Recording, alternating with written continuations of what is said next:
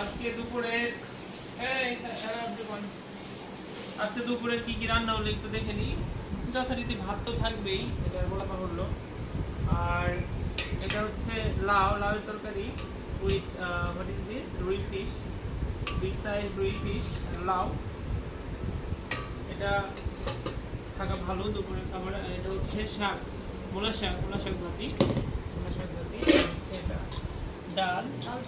ডাল উইথ চালটা, এবার দেখি কিচেনে কি রান্না হচ্ছে এটা একটু দেখে নেব।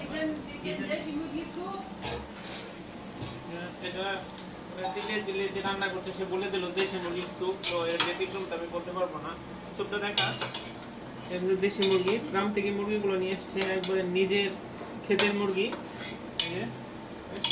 আর এখানে আবার কে জানি এই দুপুরবেলায় রুটি খাবে, তো রুটি আবার এই করে রেখেছে, দেখে আমি ভেজে দিই।